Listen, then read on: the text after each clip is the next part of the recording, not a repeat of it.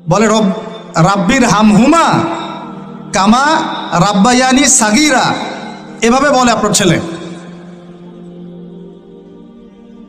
ব্যর্থ পিতা আপনি, একজন ব্যর্থ পিতা, একজন ব্যর্থ মা। যে মা, যে পিতা সন্তানকে কোরআন শেখাতে পারলো না, এর চেয়ে হতভাগায় পৃথিবীতে কেউ নাই।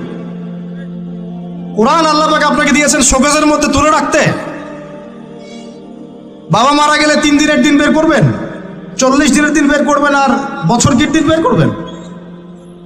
ওই দিন হুজুরকে খুঁজবেন, হুজুর আসেন জানাজা পড়াই দিয়ে যান। আর অন্য সময় দাড়ি টুপি পাগড়ি জুব্বা দেখলে ভয় আতঙ্কে বাড়ি ভাড়া পর্যন্ত দেন না। হুজুরকে দরকার হয় কখন? নিজের জানাজার সময়।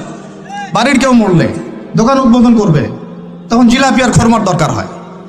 আর আমরাও এমন গায়রতহীন হয়ে গেছি, 500-1000 টাকার জন্য আবার জানাজা পড়াতেও যাই।